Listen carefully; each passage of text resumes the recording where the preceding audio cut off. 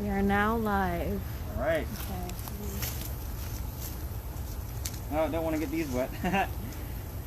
Welcome everybody to this next installment of Live at the Wellness Garden. I am your Maryland Magrum Center Garden Coordinator, Andreas, and today we'll be talking about succession planting. In this bed right here, we recently sowed some carrots, and you can see these are coming up pretty nicely. Do you mind panning the camera over these carrots, please, Brianna? Yeah. You can see these little seedlings coming up.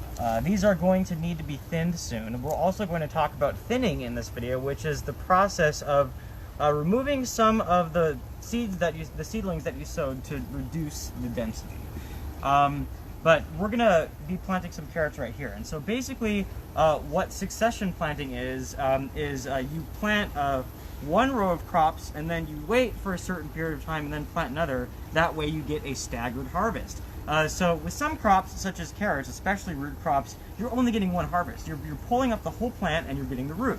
So if you want to have a continuous harvest of carrots instead of just getting all of your carrots at once, then what you might want to do is wait like a week or 2 or 3 and then plant another row next to it so that very shortly after you can have more carrots. So that's what we're going to be doing today. This row is already clear. We're going to be planting these right next to the peas, which is great because peas are nitrogen fixers. We can talk about that really quick since we have a bunch of time and this is not going to take long. Nitrogen fixing plants like peas, so pretty much all of your legumes are nitrogen fixers, essentially create natural fertilizer in the soil.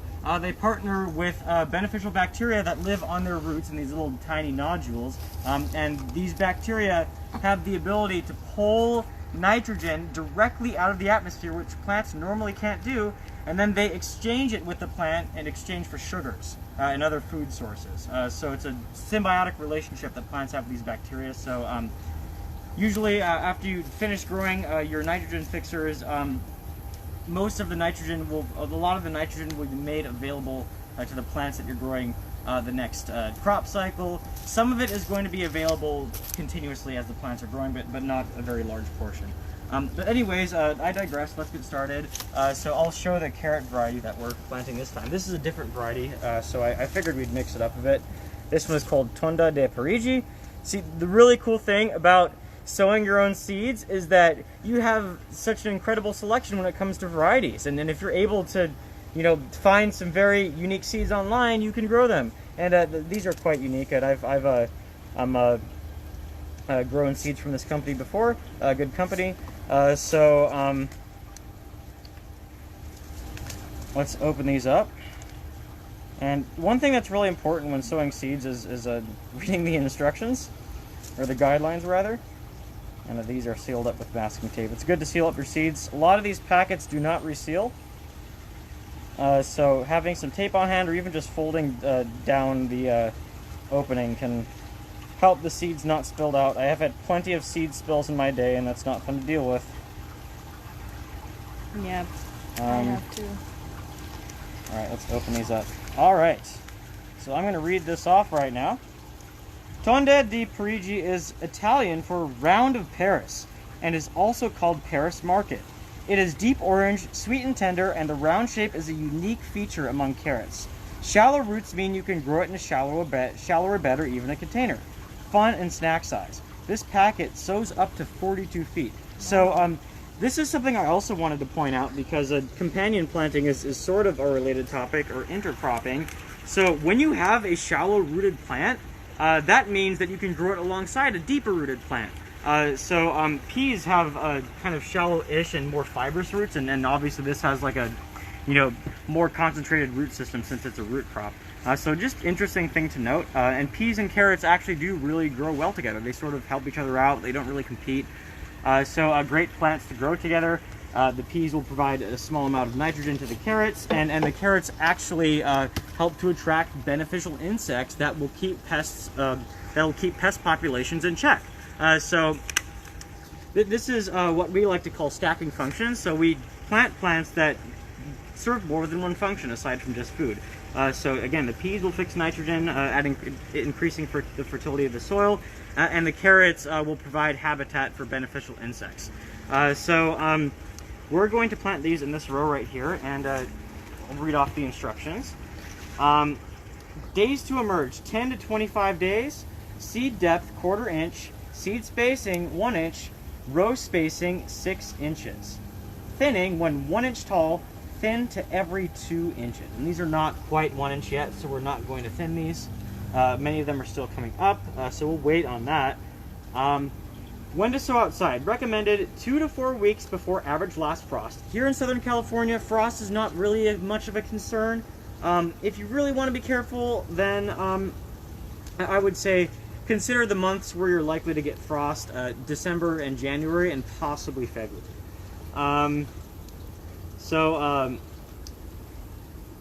When soil temperature is at least 45 degrees Fahrenheit, or the soil temperature is way more than 45 degrees now, ideally 60 to 85 degrees Fahrenheit, we should be in that range right now. See, and what it says here is successive sowings every 3 weeks until 60 days before first fall frost. And again, we don't really need to worry about that, and because it says in very warm climates, carrots are grown primarily in fall, winter, and spring. I guess they're not as hardy to the warm temperatures we get here in the summer, but if you're closer to the coast, then carrots will definitely be viable year-round. And even here, I think that with an appropriate intercropping scheme or shade, you probably should be able to grow carrots year-round here. So when to start inside, not recommended. Root disturbance stunts growth. That means that when you're growing carrots, you want to sow them directly in the soil and have them remain in the soil for their entire lifespan. So what we're going to do is 1/4 inch deep. So basically just below the surface of the soil, I'm just going to use the shovel right here to move the soil aside, kind of like that. Does the soil have to be moist already? It already is moist, yeah. I would recommend sowing seeds in moist soil. Don't sow seeds in dry soil, pre-moisten your soil. And then after you're done sowing, moisten it a little bit again. You really want the seeds to soak up that moisture like a sponge, because that moisture is what actually activates the germination and sends signals to the seeds. It's time to wake up. The seeds will quite literally absorb the water, and then the germination process will be initiated.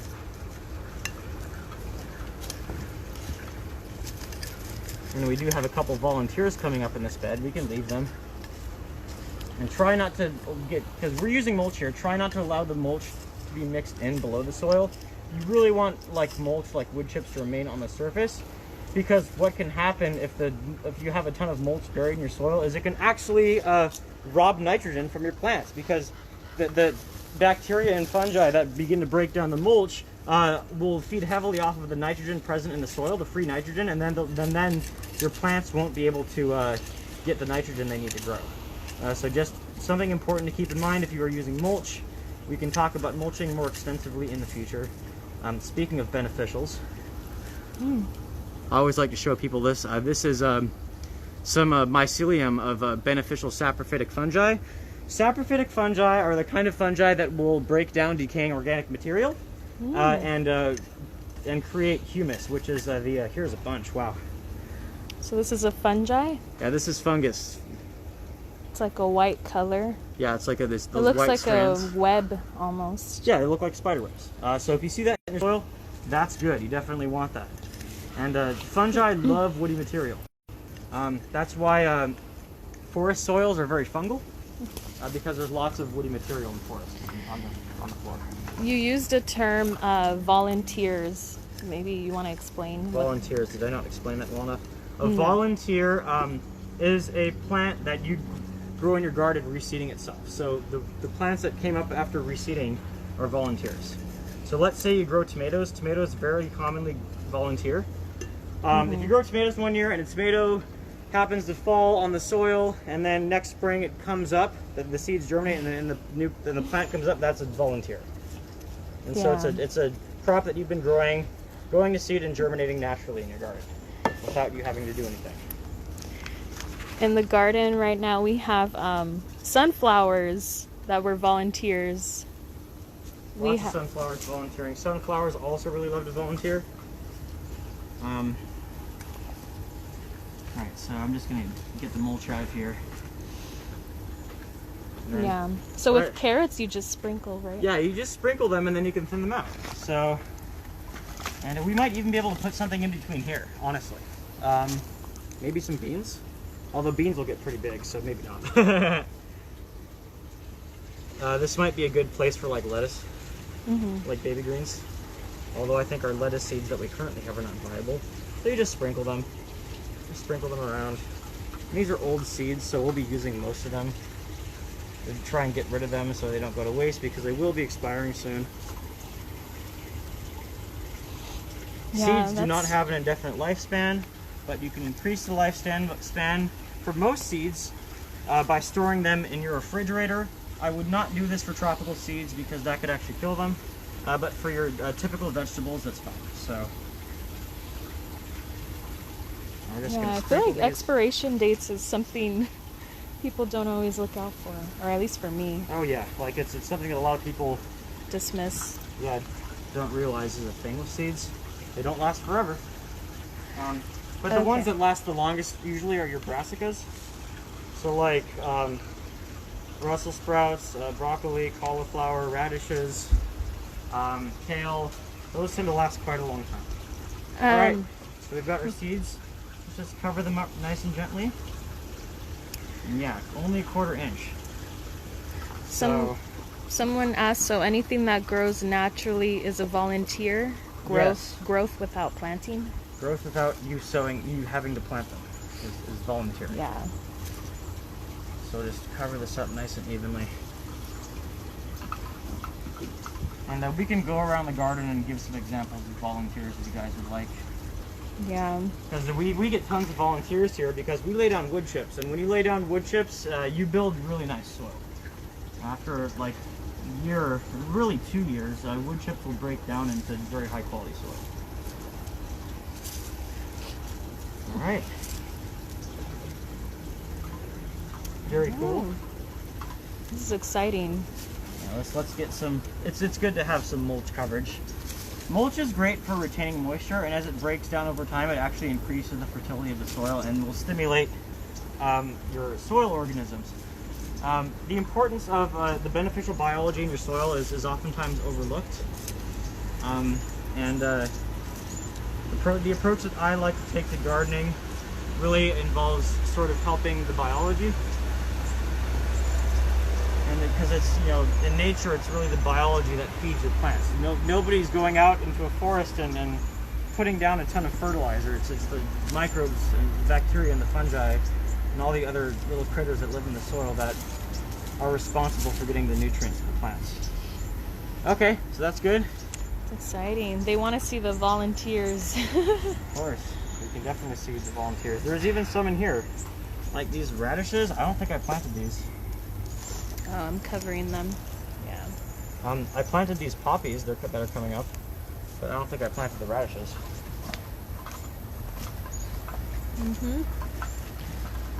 All right, so these are planted now. We'll just light watering. You really just want to re-moisten it. Just re-moisten a row. And we have the drip irrigation running, so it'll get even moisture. So there we are. Looking good. I'm very excited for this bed. I think we're going to be doing a salsa garden here in the spring. So tomatoes, peppers, onions, beans, some root crops, some other stuff. So it'll be a nice Good little mixture.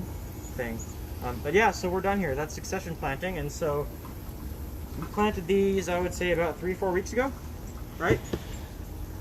'Cause you and I Maybe. both did that. Yeah. The carrots, they took a while to germinate, but they're finally coming up. Yeah, So- carrots take a while. Yeah, I think my favorite thing about succession planting is that as you're harvesting, you have like another harvest waiting for you almost. So it's nice to layer up things that grow year round. Yeah, exactly. And then, and even especially with leafy greens, what you could even do, and this is kind of taking succession planting to the next level, you could just like scatter a bunch of seeds, and as you're thinning them, you're harvesting them as baby greens.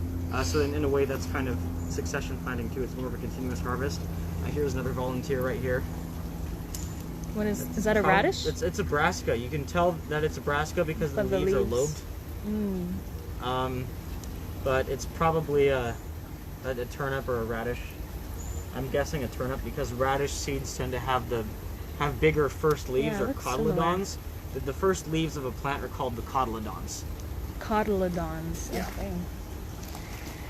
So we're going to do some thinning now that we've done succession planting. So if you follow me over here, we have all these radishes right here that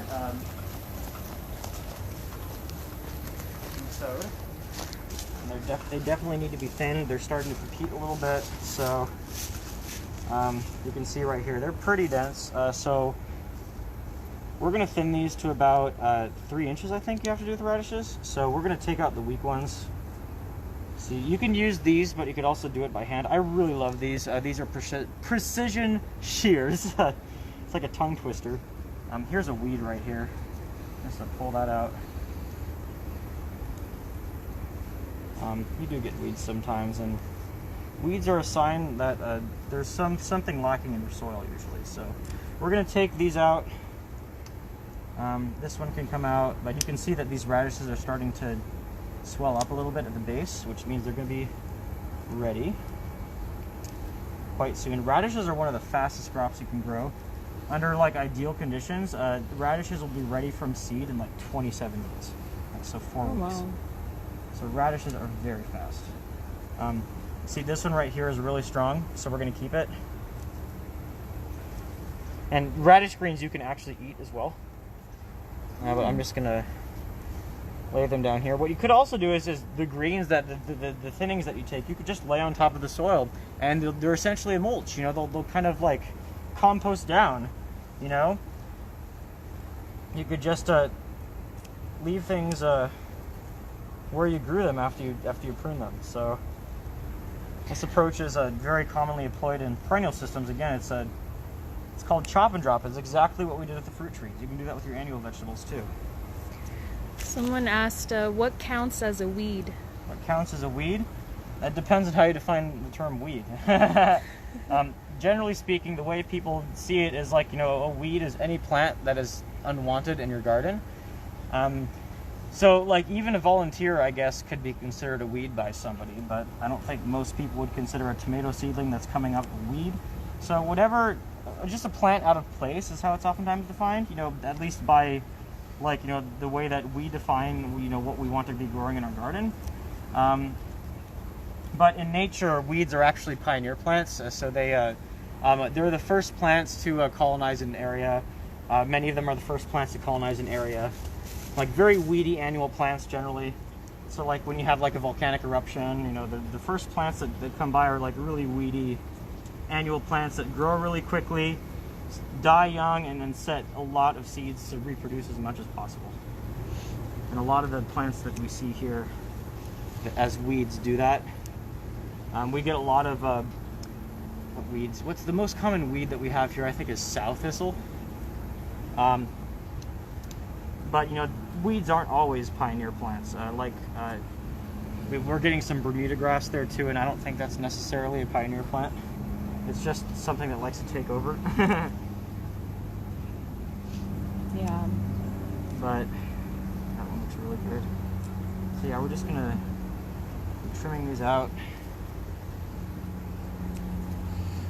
So does that help the stronger plant? Yeah, we're favoring the stronger ones now. We're the ones that are weak. Oh, there's another volunteer. I think this is a sunflower. See that? Can't really see it, but Well, I'll take it out since we don't want it here. But I'm pretty sure that's a sunflower. oh yeah.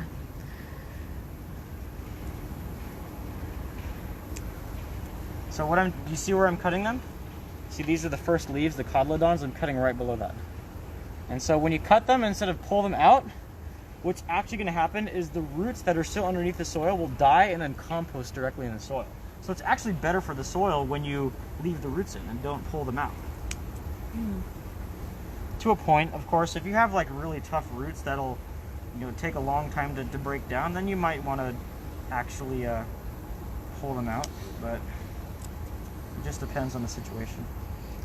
We got another weed coming up right here. This is a weed, I believe. I think this is sow thistle. Or it might be a wild lettuce. We get a lot of wild lettuce here. I know a common thing with weeds is that it'll have a straight root. Like Yes. it'll go straight down. Yeah, a lot of weeds have very deep tap roots, and kind of like with our cover crop, we're trying to mimic what weeds do in nature with a cover crop. Like if you have really compacted soil, then the weeds that you're going to see growing there are going to be the weeds with the big, strong, deep tap roots that drill into that soil and break it up. If you have really poor soil that doesn't have a lot of nutrients, you might get weeds that are nitrogen fixers. Like, for example, this vetch right here from a previous cover crop. This is a nitrogen fixer. And a very common weed that is a nitrogen fixer that you get here is called burr clover, or burr medic. It looks like a clover, and it has like these little clusters of yellow flowers. This is another example of a nitrogen fixer, is this vetch right here. I'm actually going to see if I can pull it up Look to at show you there's. guys the nodules. It's funny to see the cilantro growing randomly. Yep, volunteer right there. There's Yeah. cilantro growing out of nowhere. And these are our cuttings. You can eat these. I mean, I like them. I like radish greens. Let's see. I don't know where the more vetch is. Here we go. The vetch kind of grows like a vine. Very similar growth habit to peas, and yeah, same family. So if we can get in there. I really want to show you all the root nodules. Because you know, sometimes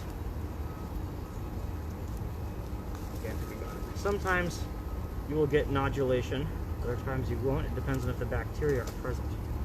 Looks like we have a few on here.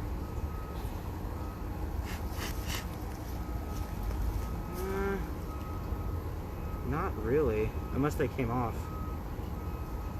Well, if I see another vetch, we'll pull it up and we'll get some root nodules, but this is vetch.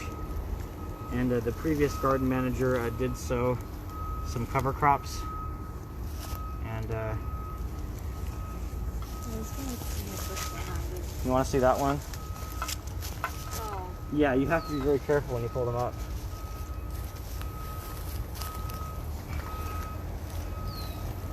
Here, I think I got it now. Oh no, I did not. Oh well. It's okay. We'll find some nodules for you all. Yeah. So this we can honestly just feed this to the worms. They'll enjoy it. So I'm a huge fan of vermicomposting, honestly. Oh, hello squirrel. Trying to eat our fish food. Little squirrel. Sea Squirrel's sun trying to eat or our fish food. sea sun squirrels. It's a thing. I am a huge fan of vermicomposting. So this is our worm farm.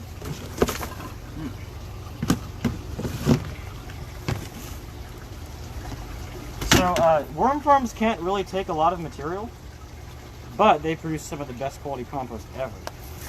Worms are essentially beneficial microbe breeding machines that eat your food and eat the bacteria and fungi that feed on your food, and the beneficial bacteria and fungi pass through their gut. And so if you were to take these worms and add them to your soil now, like, they'd bring a bunch of beneficial biology with them. And these worms look very healthy, so they're happy worms. So we're just going to rip these up a bit. Smaller particle size is better, and you'll get like a fungi, like molds growing on them, like this, and the worms will come by and eat them, and the spores will go through their gut, and then you get more molds. See? Mold. I'm not sure what kind this is. It might be trichoderma. I really don't know. But mold on your bread is bad, mold in your garden is good, so. And then this worm farm is pretty cool. The castings just fall down into here. Yes. It's like a 3-layer system. And you can then harvest the castings very easily. I like to make the castings into compost tea. You don't get a lot of production of castings, but with compost tea what you're doing is you're taking the beneficial microbes in the castings and you're culturing them out. And we'll definitely do a live on how to make compost tea. I've been using compost tea in my garden for almost a year now, and the results have been just nothing short of spectacular. I guess we can show the aquaponics system. These are kale plants, and they're just about ready to come out. This bed needs to be cleaned, which is why they look a bit sickly. But the fish are doing great. The fish are in the bottom here. We have some Mozambique tilapia down there, and they just love the warm summers that we get here. They love like the 85-degree water. It's their favorite thing ever is to have warm water. So Someone asked, what can you feed worms? you can feed worms anything you can put in a normal compost pile, with a couple exceptions. I would avoid citrus because of the acid, and I would avoid onions. I believe worms don't like onions, like onions and garlic and that kind of stuff. But I put all sorts of stuff in there. I put fruit peels. They love fruit and vegetable peels. Just like fruit and vegetable scraps. They love that too. I put leaves from around the garden in there. And just like all sorts of things. Whatever you would put in a normal compost pile. So it's kind of like the same deal, but also you don't want to put coffee grounds in a worm farm because they're too acidic. So stuff that's like really acidic, don't put. Orange, like citrus peels in my experience, in a worm farm, a little bit's okay. And eggshells are good. So like generally this kind of stuff. Shredded paper, a lot of people like to put shredded paper. They'll like go out of their way to find newspaper and put it in there, and that might improve your results, but I don't find it to be necessary. So Yes. But you know, most of anything that you put in a compost pile is good. And this is the end result right here. These are worm castings. Yeah. We'll be talking more about composting in another live. Oh yeah, absolutely. But we might as well show you guys the compost. Oh yeah, we right can here. give a little update. Oh yeah, I actually need to get some gloves because it's really hot right now. So I don't want to burn myself. So this is our hot compost. This is one side is where you add it, and the other side, sorry, this one is for adding, and this one is when it continually decomposes. So that's how this one is set up. It has two sides to it. It's very convenient to have a two-sided compost chiller so you could batch process it. And this stuff, you can see it's, from when we checked it last, it looks a lot better. It's really starting to break down. But we want to reduce the particle size even more. We want to mention the smell. Yes, we should talk about the smell. So it's always good to smell your compost. This compost smells pretty good. It definitely has a bit of a citrus aroma, because citrus will make compost smell. That's why a lot of people say don't add it. I think adding a little bit is fine, as long as you don't overdo it, because otherwise it could throw off the pH, make it too acidic. But you want compost to sort of have like a nice earthy smell. If it smells like vomit, it's bad. If it smells like rotten eggs, it's bad, because the beneficial microbes that the beneficial aerobic microbes that use oxygen to break down the material have a nice smell to them. It smells like fresh soil.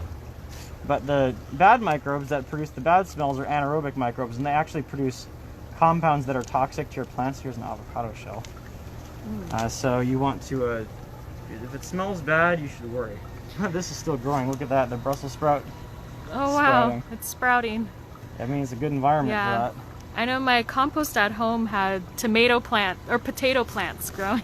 Yeah, mine does too. I have all sorts of stuff growing out of my compost. Okay, someone asked, if you add compost, do you still need to add fertilizer? Well, compost is not a fertilizer. So I would say if you've been adding fertilizer to your garden, yes. What compost really is, it does contain nutrients, but what compost really is it is a sort of like inoculum. It has like microbes in it and organic matter. So like what compost can really, the best use of compost in my opinion is to get good microbes into your soil and to keep adding good microbes into your soil. Like and a variety of biology going Yes. on, right? But there is nutrients in compost, and I would say that it could reduce the need for fertilizer. Just like look at your plants and see how they're doing. Do they look like they're not growing very well? Then they might need fertilizer, even if you added compost. And I know that there are some folks who don't use fertilizer at all and just like use a mixture of like a compost and cover crops, and you can do that. Pretty much nothing, and only use it sparingly. But yeah, so compost is fantastic, and the better quality compost, the better results you're going to get. And quality is just like a major thing with compost. You want to have good quality compost, otherwise you won't have good biology in it. Yeah, variety is best. Good variety of different things. Yeah, and you can also make different kinds of compost. One thing that this is kind of on like the cutting edge of soil microbiology, but like depending on what materials you add to your compost, there will be a different bacterial to fungal ratio. And again, you know, like certain plants, you know, like more bacterial soil and others like more fungal soil. Trees like fungal soil. So if you want to, if you have like a fruit orchard or your fruit trees, you want to make. Okay. Sorry about that, everyone. We're having some internet trouble.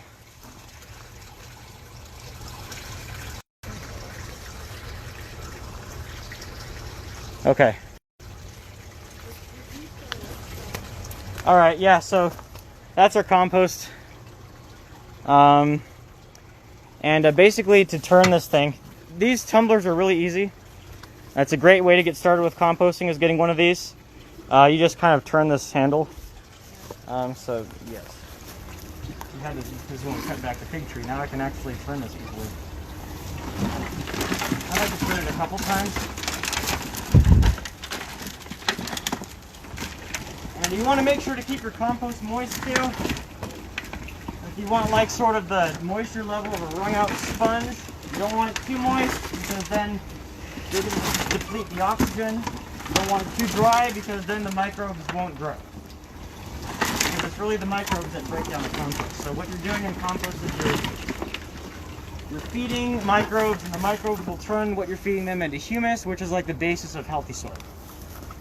It's a stable organic material that is found in well-developed soils. That's what humus is.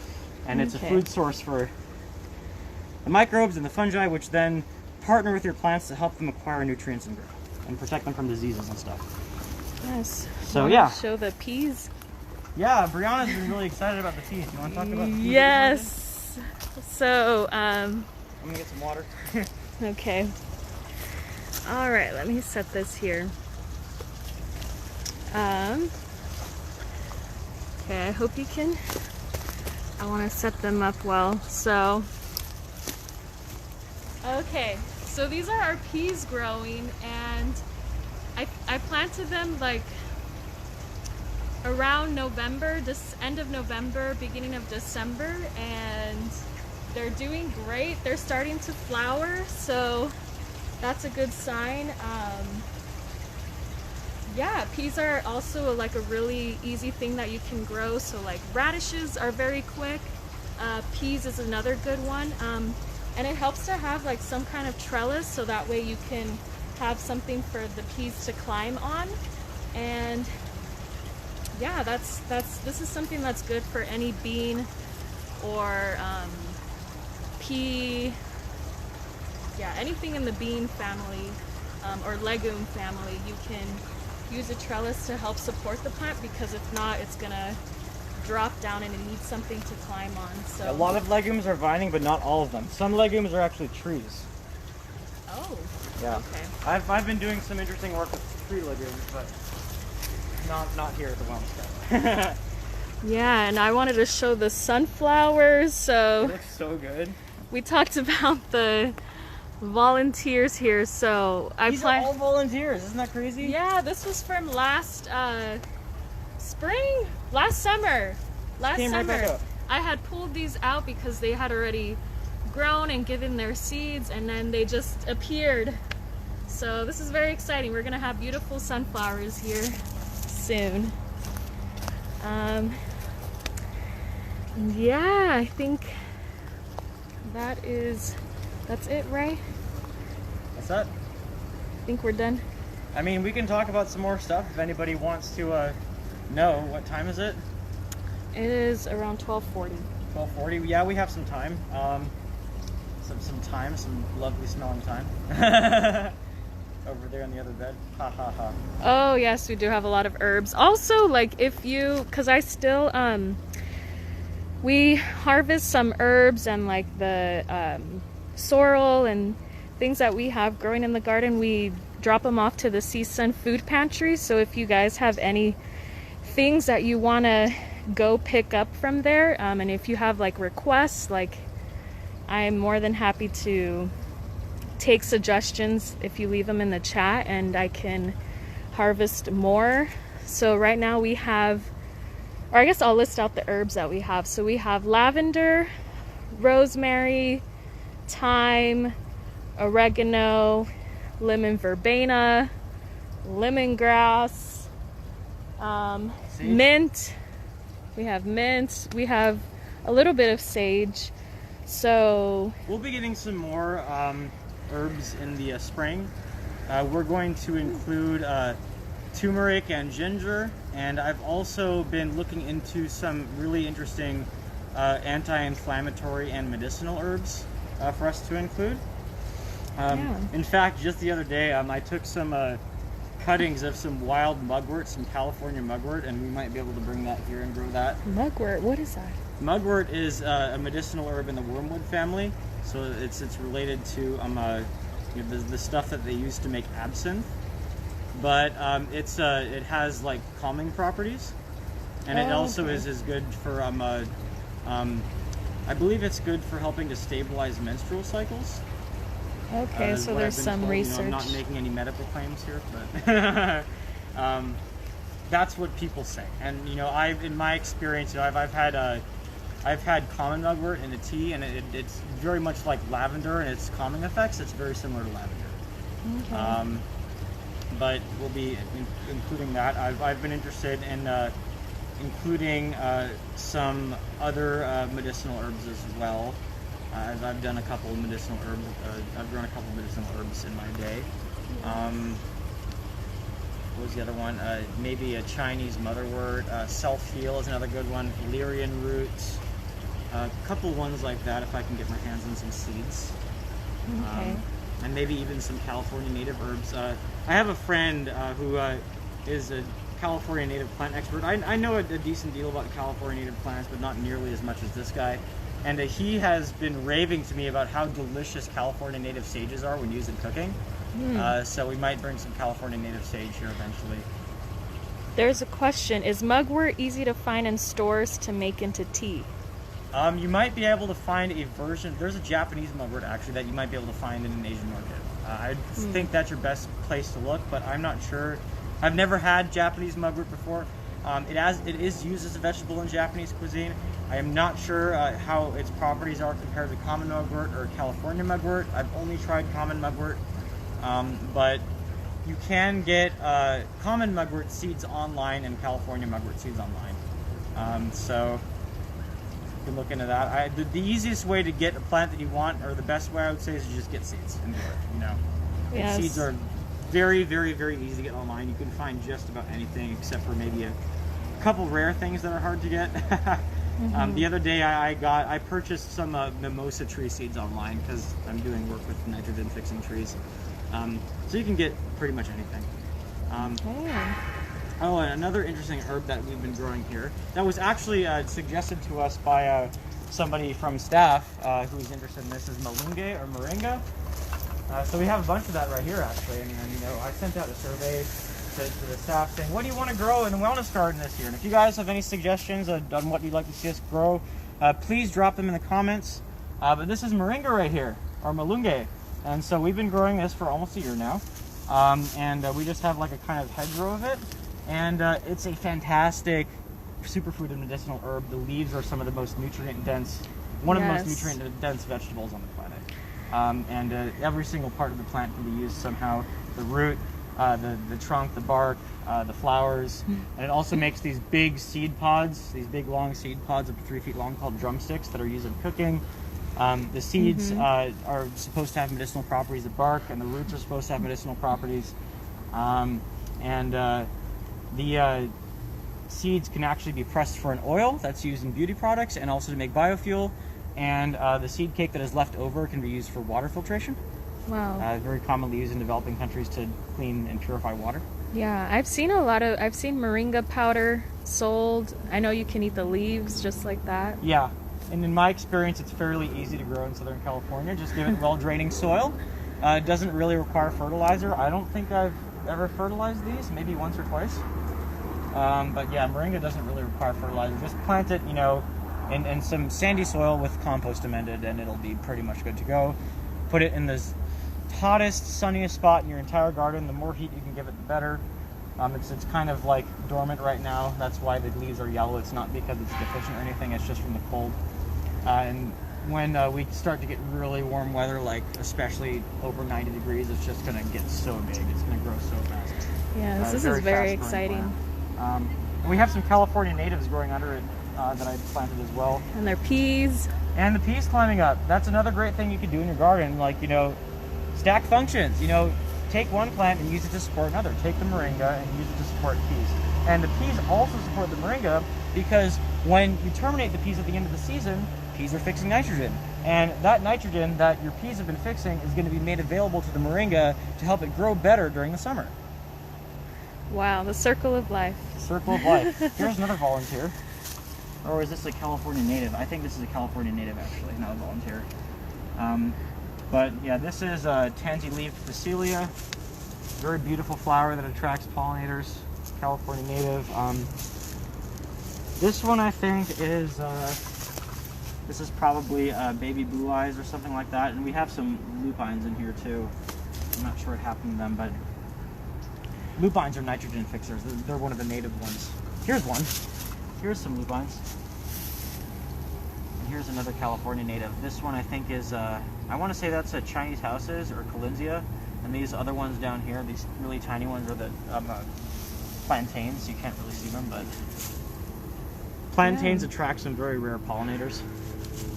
The native, what are they called again? The native plantain. I forgot what it's called, but it's good to include native plants in your garden, and there are a lot of native wildflowers that are fantastic for your garden. They're gorgeous. Yes, there's some places where you can actually get native plants. Yeah, I've gotten native seeds online. And also you can find a California native seed mixes in the store. Pretty much any store that carries seeds, any hardware store, any garden store should carry a California native mix if you're in California. And the California native plants, they grow really well. I don't ever fertilize them. They grow just fine. And yes, let's talk about cover crops really quick because I'm not going to go into detail about these because we can do another live on cover crops. I want to do some warm season cover crops in one or more of the beds in the spring, then we'll do a live on sowing the cover crops. But cover crops are essentially like it's like growing a living manure. Like you apply manure to your soil to as a fertilizer. This is green manure. So you're growing plants that will scavenge up excess nutrients from the soil, or that will fix nitrogen, or that will stimulate your beneficial microbes and covering the soil with them. So you're doing all that. You're improving the fertility of the soil, and you're suppressing weeds, and you're attracting beneficial insects for an entire season. So that way, when you want to grow your tomatoes, you want to grow your peppers, your corn, all that stuff, your soil is primed for that. And so we're going to be releasing a video on the YouTube channel very shortly about these cover crops and how you sow cover crops, how you prepare cover crops, and sort of going into more detail into the benefits that they provide and why cover crops are something that you might want to incorporate into your garden. Now, I will say that you can use cover crops to sort of revitalize old garden soil that you may have bought a while ago, like this. But I feel that where cover crops are the most beneficial is if you're growing in your native soil and you're trying to regenerate or improve your native soil, because again, as I mentioned earlier, your cover crops are sort of like it's an engineered weed mixture. Like you're picking plants that are weedy, that have a short life cycle, that grow very fast, that stimulate the biology, that are really good at scavenging nutrients in the soil, and you're growing them out, and then you're killing them at the end of the season and letting them compost in place. And then your other plants will grow sort of in that. So we'll be doing some, I'm not sure what we're going to do in this bed yet. We haven't gotten to that part of the master plan. But we have cover crops in some of the other beds there too. This will really help prime these beds for some nutrient-hungry crops. All right, so I want to open up the floor to questions right now. It's almost time for us to get going. So if you have any questions, then please feel free to ask them. And if you're not able to get your question in, be sure to use the Ask a Master Gardener feature on our website, on the Maryland Magrum Center website. And we will have somebody who is experienced, a master gardener, get back to you with their response via email. But yeah. I don't see any questions. Okay. Let's leave it for another minute. How's that sound? I'm just very I'm very impressed by these cover crops. I will say that they're growing very well. It's going to be really nice to see how big they've gotten by the end of the season. Because these are only about a month old right now. I think we sowed them about a month ago, maybe 4 weeks ago. So they're growing really fast. Okay. Someone asked, why is my aloe vera brownish? There could be a number of things causing that, but I'm not very familiar with aloe vera, so I'm probably not qualified to answer that question. I'm familiar with aloe vera. Yeah, you take this one, Brianna. Well, in my experience with growing aloe vera, sometimes overwatering can make the leaves kind of brown because so it's like it's similar to like the cactus family, and so you don't want to water it too much. And also aloe vera needs a lot of sun, so if it's not in the full sun, sometimes the leaves can turn brown. But yeah, that's my experience with it, is that either it's too much watering or not enough sun. So yeah, that's as best as I could answer that question. Okay, are there plants that can grow at the base of the fruit trees that will be beneficial to both plants? Absolutely. I'm trying to think of because this is actually a question that I've been asking myself. What can you grow at the base of fruit trees? You know, so I would say that like some of your aromatic herbs would be good. So if you have an herb that's like shade tolerant that you want to grow, like mint, definitely grow mint around a fruit tree. I would look into that one a bit more. I've been kind of looking into that because mint can be very invasive. You might want to be careful with that. Also, another good one actually is comfrey to grow around fruit trees. So comfrey has a very, very deep taproot, and it pulls up nutrients from really deep in the soil. And then brings them to the surface, and then it grows these big, huge green leaves that you can just cut off a couple times throughout the year and use them as a mulch around your fruit trees. Then another one that we've been trying over here, let me see. Another one that we've been trying is a California native.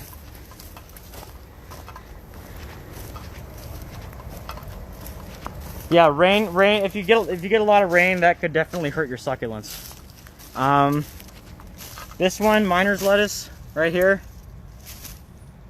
You find this growing in the wild underneath like oak trees in very moist spots. So we're trying that to grow under fruit trees, and it is edible. It's delicious. It's kind of like a spinach.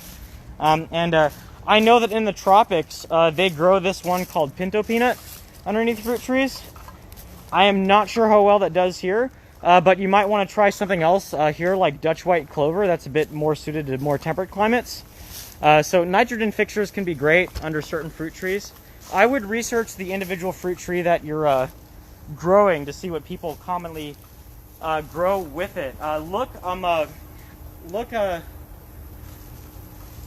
would say look into resources you can find online about agroforestry or permaculture, because permaculture design is all about, like a huge part of it is all about pairing plants together, especially in perennial systems, to create like an ecosystem. Definitely look into permaculture design if you're interested in finding out what you can grow along what you can grow with fruit trees.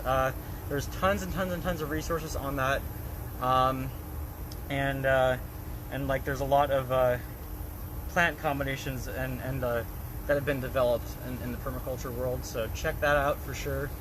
And that's something I'm still looking into and researching myself, so I don't really feel qualified to speak on it too much. And yes, aloe vera is a succulent. Sorry, I know I said cactus, but I just Googled it really quick. Yes. Yes, it's from the succulent family. So maybe the rain could have been a cause. I'm not sure. I also try to make sure I harvest my aloe vera often, because I know if it gets crowded, some of the outer leaves start to turn brown. But yeah, sorry I couldn't answer that. The best. Okay. So I think we're gonna end it here, but every week we'll be sharing what the topic is gonna be and learn more together. Absolutely. We're all Okay. still learning. Okay, thank you everyone. Thank you. Don't forget to check out our YouTube channel and the Ask a Master Gardener feature on our website if you have further questions. Join us next week for the next live. I think we're going to be moving it to 1 o'clock. So stay tuned for that. Have a Yes. good one, everyone. Happy growing. Bye. Okay.